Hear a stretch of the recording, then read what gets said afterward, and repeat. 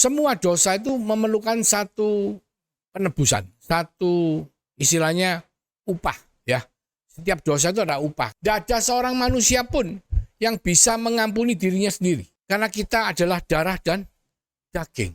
Tapi karena kematian Yesus Kristus yang dipakai sebagai penebusan atau pendamaian atas dosa-dosa kita terhadap Allah. Sehingga saudara dan saya yang beriman hari ini kepada Yesus Kristus sebagai Tuhan dan Juru Selamat, kita bisa berdamai dengan Allah. Haleluya.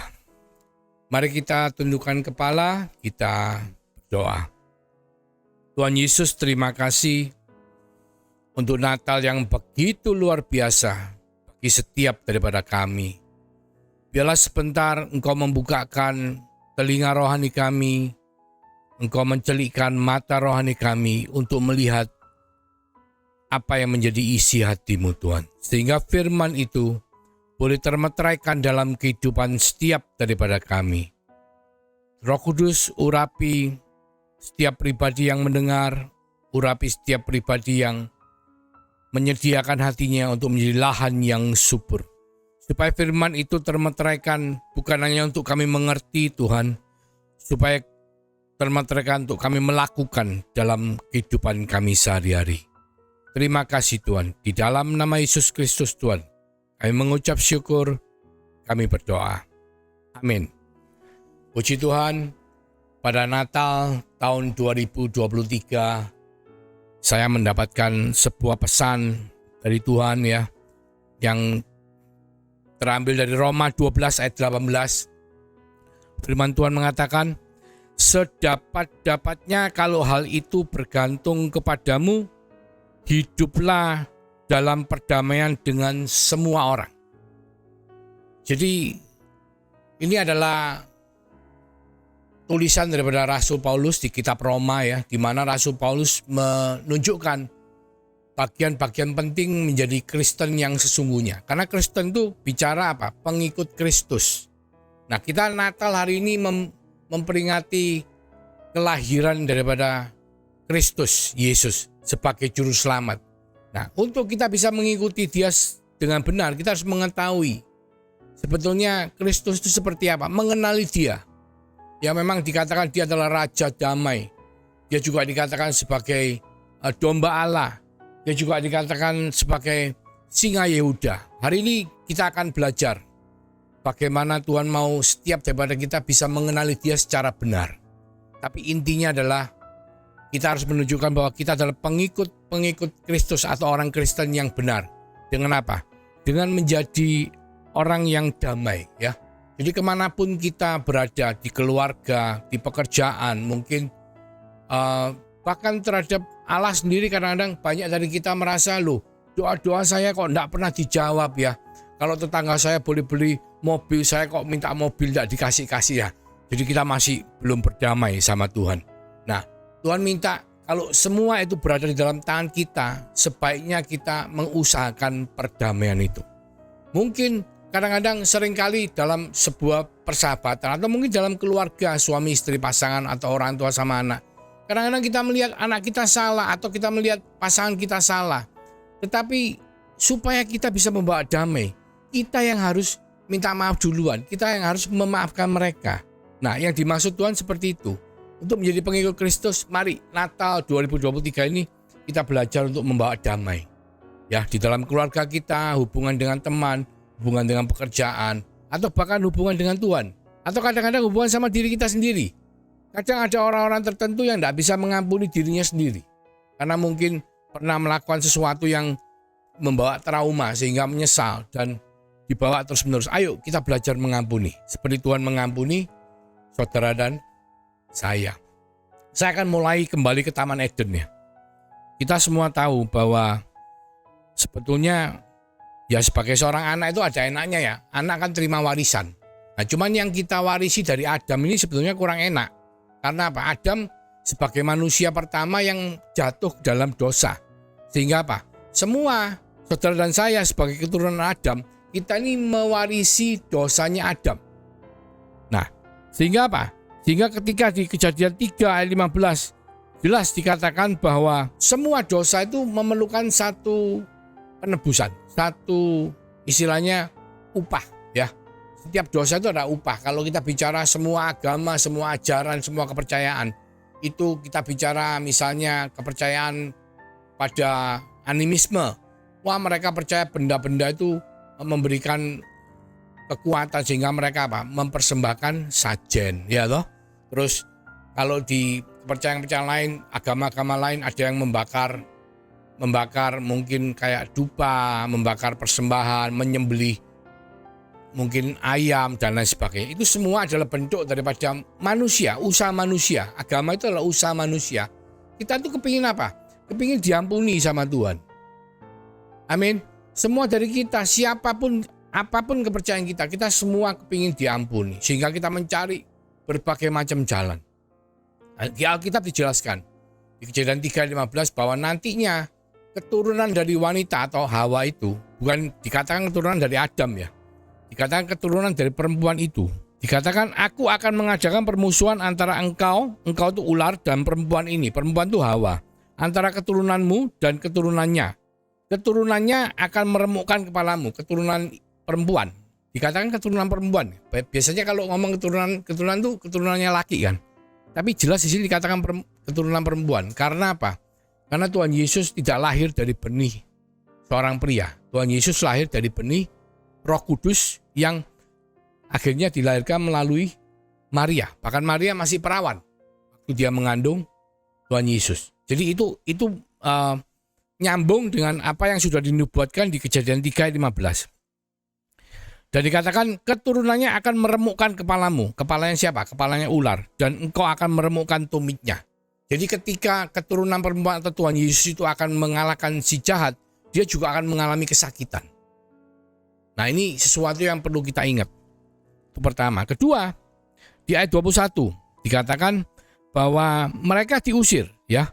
Dan Tuhan Allah membuat pakaian dari kulit binatang untuk manusia dan untuk istrinya, lalu mengenakannya kepada mereka, dan mereka itu diusir dari Taman Eden. Tapi sebelum diusir dikasih pakaian dulu. Kenapa? Karena mereka ketika jatuh ke dalam dosa, mereka tuh kelihatan telanjang. Tubuh kemuliaan dari Tuhan tuh hilang. Dan Tuhan khusus sengaja dia menyembelih ya, karena itu pertama kali. Sebelumnya manusia itu makan buah-buahan yang berbiji dan sayuran. Tetapi pertama kali ada penyembelihan kurban itu ketika Adam dan Hawa diusir dari Taman Eden. Dan itu adalah perlambang bahwa nantinya ada sebuah pengorbanan yang akan dilakukan yang diberikan kepada manusia sebagai korban penebusan atas dosa-dosa manusia. Nah, puji Tuhan, Tuhan mempunyai dua program ya untuk manusia ya. Pertama adalah program penebusan melalui gambarannya adalah melalui bangsa Israel yang dikeluarkan oleh Musa dari penjajahan tanah Mesir ya. Dan yang kedua adalah program kerajaan yang dinyatakan dengan kemuliaannya dari Raja Daud yang menang atas kehidupan di dunia. Jadi ketika Tuhan Yesus lahir pada Natal kurang lebih 2000 tahun yang lalu. Kalau mau pasnya ada yang ngomong itu Tuhan Yesus lahirnya itu sekitar sebelum kematiannya Raja Herodes. Raja Herodes itu matinya tahun keempat sebelum Masehi. Kalau kita bicara pada waktu Tuhan Yesus dicari oleh orang Majus ketemu sama Raja Herodes, itu Tuhan Yesus umurnya kurang lebih sudah sekitar 1-2 tahun ya. Jadi mungkin antara tahun 6 sebelum Masehi, ini kurang lebih. Itu ketika Tuhan lahir, yang Allah rancangkan adalah bahwa nantinya Tuhan ini akan dipakai sebagai korban penebusan. Kalau bahasa agama kepercayaan hari-hari ini dipakai sebagai tumbal atau sajen. Untuk siapa? Untuk saudara dan saya. Untuk saudara dan saya yang mana kita sebagai manusia, kita tidak mampu untuk menebus dosa kita sendiri. Tidak ada seorang manusia pun yang bisa mengampuni dirinya sendiri. Karena kita adalah darah dan daging. Tapi karena kematian Yesus Kristus yang dipakai sebagai penebusan atau pendamaian. Pendamaian atas dosa-dosa kita terhadap Allah. Sehingga saudara dan saya yang beriman hari ini kepada Yesus Kristus sebagai Tuhan dan Juru Selamat, kita bisa berdamai dengan Allah. Berdamai itu istilahnya apa? Ya kalau dulu kita lihat di ritualnya bangsa Israel kalau mau sembahyang sama Tuhan Allah, tidak bisa ketemu kayak kita sekarang. Kita tinggal tutup tangan, kita berdoa, kita bisa ketemu sama Tuhan. Karena apa? Karena pengorbanan Yesus di atas kayu salib. Kalau dulu enggak. Dulu kita harus masuk sendiri, bawa korban sendiri. Jadi ibaratnya kalau hari ini kita terjemahkan sebelum Yesus Kristus mati di atas kayu salib untuk saudara dan saya, setiap kali kita ke gereja kita membawa korban penebusan. Kita nyembeli korban, kita kasihkan darahnya, kita bawa korbannya supaya doa kita bisa didengar sama Tuhan. Nah puji Tuhan, Tuhan Yesus mendamaikan itu semua dengan pengorbanan dirinya sehingga kita yang beriman hari ini kita berdoa, kita langsung bisa ketemu sama Tuhan. Dan itu adalah arti daripada Natal yang sesungguhnya, di mana ketidakmampuan kita itu telah diperdamaikan oleh kematian Tuhan Yesus di atas kayu salib, yang mana beliau datang 2000 tahun yang lalu sebagai manusia biasa. Allah yang Maha Kuasa merelakan mengosongkan dirinya untuk menjadi manusia sepenuhnya. Supaya apa? Supaya dosa yang dibuat di bumi oleh manusia bisa ditebus oleh manusia, yang merupakan genome atau penjelmaan daripada firman Allah atau Tuhan Yesus Kristus sendiri. Nah ini penting saudara, karena banyak dari kita tidak menyadari betapa sangat pentingnya fungsi daripada pendamaian itu. Karena tanpa adanya satu pendamaian antara kita dengan Allah, kita hidup ini kayak orang ketakutan, orang yang tidak ada damai sejahtera ya. Pernah bayangkan ya, contoh misalnya saya ngasih gambaran hari ini mungkin ada 2 tempat yang perang ya, satu di Ukraina, satu di Gaza. Kira-kira orang yang tinggal di Gaza bisa nyaman enggak? Bisa ada damai sejahtera enggak? Pasti enggak, pasti ketakutan. Tahu-tahu ada bom nyasar ya. Tahu-tahu ada tentara masuk memberondong dengan. Nah, itu kehidupan yang banyak dari kita alami sebelum kita mengenal Tuhan. Sebelum kita beriman kepada Yesus Kristus sebagai Tuhan dan Juru Selamat. Kita hidup selalu dikejar-kejar. Wah, besok gimana ya? Nanti kalau bisnisku sepi bagaimana? Nanti kalau pengeluaranku banyak bagaimana? Nanti kalau tubuhku tidak sehat bagaimana? Nah itu damai sejahtera yang dicuri dari manusia oleh si jahat. Dan Tuhan mengatakan, ayo kita pelihara damai sejahtera itu. Karena apa? Karena Natal membuktikan bahwa Sang Raja Damai atau Yesus Kristus itu sendiri telah mati di atas kayu salib, lahir, mati, bangkit, dan duduk di sebelah kanan Allah. Dan hari ini saudaraku, kita sedang menunggu Yesus untuk datang yang kedua kalinya, untuk menjemput saudara dan saya. Dan percaya, waktunya sudah tidak lama lagi. Amin. Kenapa dia disebut Raja Damai? Kita kalau bicara kerajaan biasanya kalau dalam konteks dunia ya, yang namanya kerajaan itu kan pasti ada perangnya ya. Raja itu bisa, bahasa Inggrisnya kan king ya. Sedangkan kerajaan itu kingdom. Jadi king, raja yang punya domain. Jadi raja itu identik dengan seorang yang mempunyai wilayah kekuasaan. Jadi ada perang. Yang terjadi itu perang. Tetapi Yesus dikatakan Raja Damai karena apa? Karena dia akan memerintah kerajaannya dengan damai sejahtera, bukan dengan perang. Dia akan memerintah kerajaannya dengan damai sejahtera. Bahkan nanti kalau saudara dan saya sebagai orang-orang yang beriman, nanti pada waktu kesudahannya, hari kesudahannya, Tuhan akan datang menjemput saudara dan saya. Dan kita sebagai orang-orang kudus Tuhan, kita akan memerintah bersama-sama dengan Tuhan di dalam kerajaan 1000 tahun damai. Dikatakan kerajaan 1000 tahun damai. Amin. Jadi kita sebagai anak-anak Tuhan, kita harus memelihara perdamaian itu. Bahkan lebih daripada itu, kita seperti kalau di malam Natal kan orang nyanyi malam kudus lalu bawa lilin ya, menjadi terang ya. Supaya apa? Kita dilihat. Cahaya sebagai pelita, cahaya yang dilihat oleh dunia. Nah, Tuhan mau kita bawa pesan Natal yaitu apa?